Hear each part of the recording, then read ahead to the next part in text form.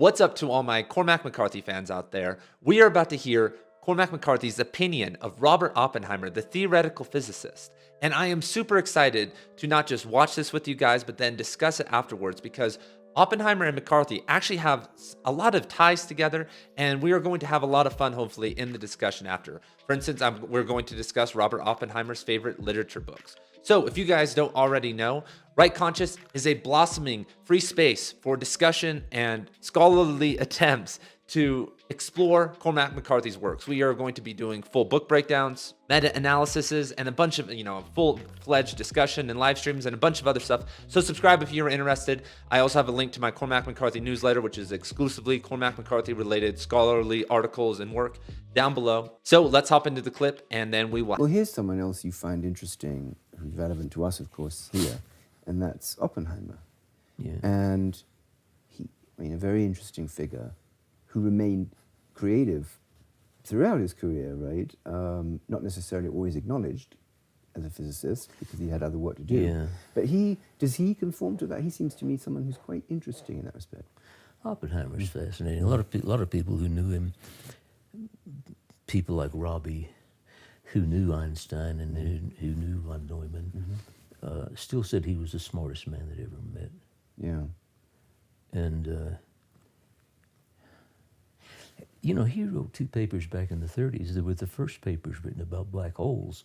They didn't call them black holes then. They were collapsing stars or something. But he wrote the 2 groundbreaking papers and then just never pursued it. And after the war, he was interested in theoretical physics, but he never did anything. Yeah. And that's always been a mystery to people that knew him. Yeah. Yeah. Well, he was so easily distracted. I mean, that's Dirac's, Yeah. that joke about Dirac and Oppenheimer on their stroll. Oh, he said, what is this? Yeah, they would go they stayed in the same rooming house, you know, when they were in Bourne's. Oppenheimer was a student in Bourne's classes, and the other students just hated him, and they actually took up a petition to have him thrown out of the class. Yeah. But Bourne wouldn't do that because he knew that Oppenheimer was smart. And so he took the petition and he put it up on his podium. And he said, Mr. Oppenheimer, could I see you for a minute? Class breaking up, people leaving. He said, yeah.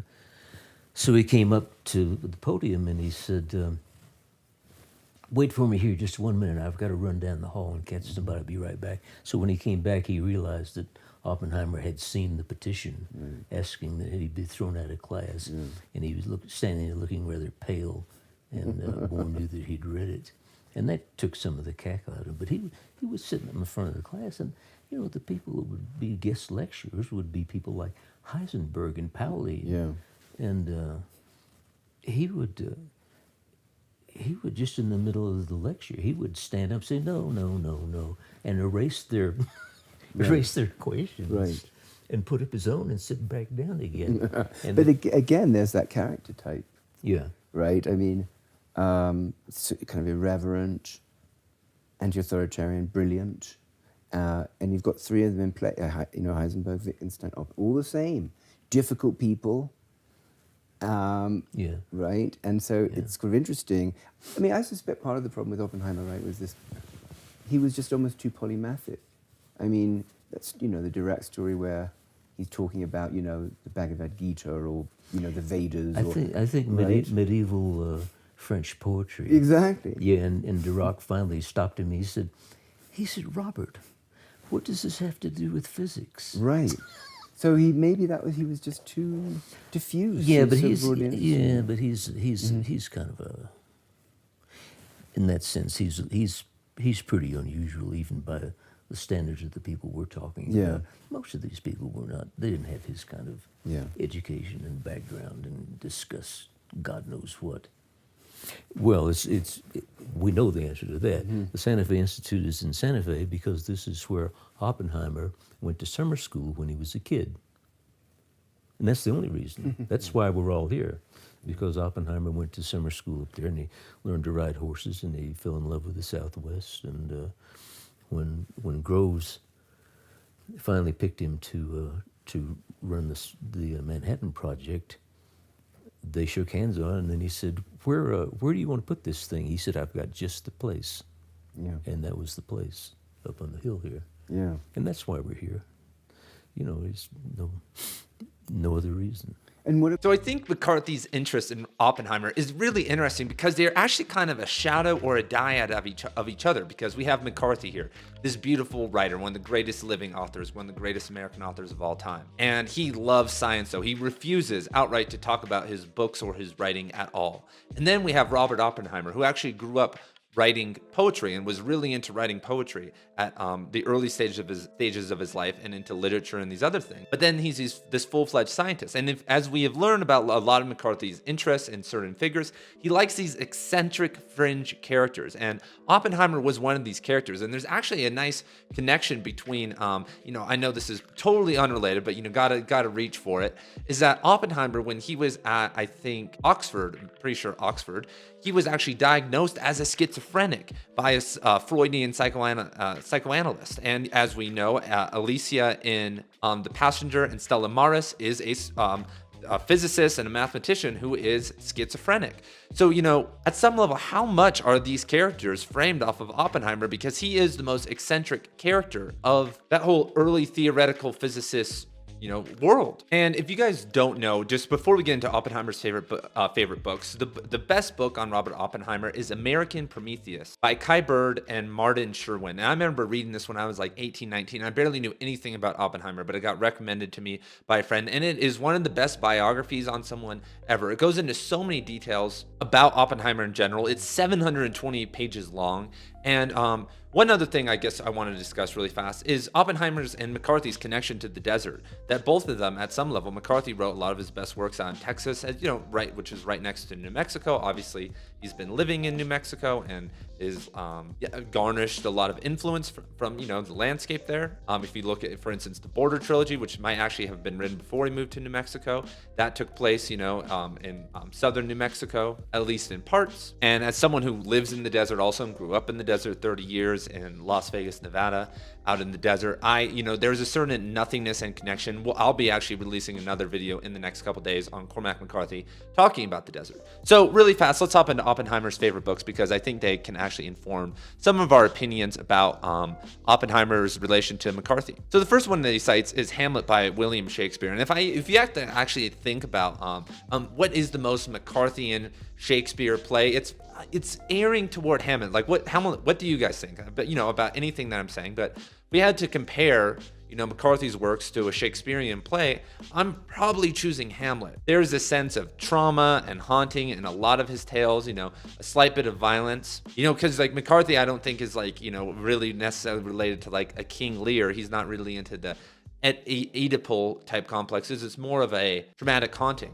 And Oppenheimer, who was very educated, he was a lot different than a lot of other physicists and people, because he basically received great education. He was a prodigy. He received great education in New York, and then at Harvard, I think, and then in England. And the next book is not a surprise once again, and it's The Wasteland by T.S. Eliot. And obviously McCarthy, once again, is influenced would have to be influenced by The Wasteland because McCarthy was in school, in high school and college when The Wasteland was a huge deal. The Wasteland was published in 1922, and McCarthy, I think, was born in 1933. So The Wasteland and modernist poetry had to have a huge impact on McCarthy as a writer and a creative writer, because it's almost a pinnacle of modernist poetry. And it's interesting that, I would say Oppenheimer probably liked The Wasteland because he is a very highfalutin type of person. Because, The Wasteland, when you read it back down, I don't know if you guys have read The Wasteland, it's not the greatest poetry. There's some great excerpts in there, but as a poetry book, if someone tried to publish that today, someone would be like, what the hell is this, But at the time, it was obviously a big deal. So next we have the Gita, and I have no idea. I'm obviously, Cormac, once again, we're just going to say obviously here because we don't know.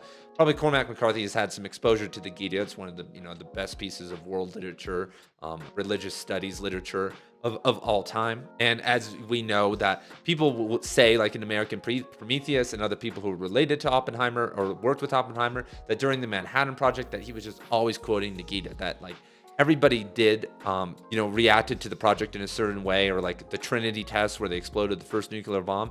And Oppenheimer was just out there quoting the Gita. So another poetry selection by Oppenheimer is Charles Baudelaire's The Flowers of Evil, I think is The Flowers of Evil. And once again, this is a very symbolic work because this has a lot to do with immortality. It was one of the first big pushes and modernist pushes, and has a lot of symbology related to immortality. And it's probably one of my favorite books by Baudelaire. And it's just really cool that the person who was instrumental to the creation of the atomic bomb was connected to literature. And he actually regretted when he had a meeting with Truman, after him and Truman had this meeting, and he said, I regret actually making this bomb, and Truman kicked him out. And so, imagine but when you're this deep sentimental person who before all this happened, he was at UC Berkeley and he was collecting rocks and, into mineralogy and all these other random pursuits. So he was just this kind of eccentric, soft, very fragile figure. He only, in college, he was pretty tall and weighed 130 pounds. And as we talked about earlier, had a mental instability issues, schizophrenia and a bunch of other issues, maybe, according to his diagnosis. And it's interesting that Baudelaire actually has a lot of resonance with a lot of some of the more extravagant and eccentric thinkers of that kind of early modernist period, from, we could say, 1930s to even the 1960s and into today, that a lot of people, if you look at like John Berryman and a lot of the other authors, like Baudelaire was very influential in terms of actually breaking open emotional and confessional poetry.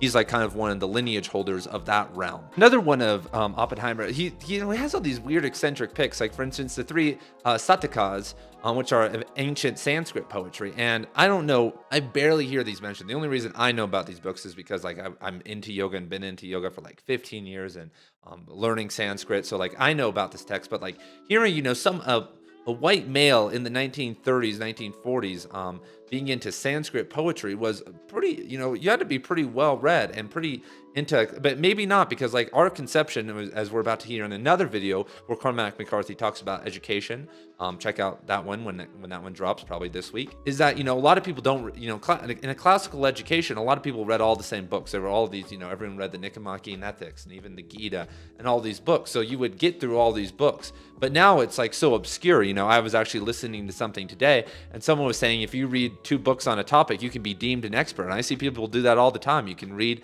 a couple books on, and professors do this all the time. There are people who are in the Cormac McCarthy field and they maybe have a specialty. Well, maybe they're a Freudian or something. They have, they've done a little bit of Freudian research and they have a good perspective. And then they read, Cormac McCarthy's, total collection of 10 novels or whatever.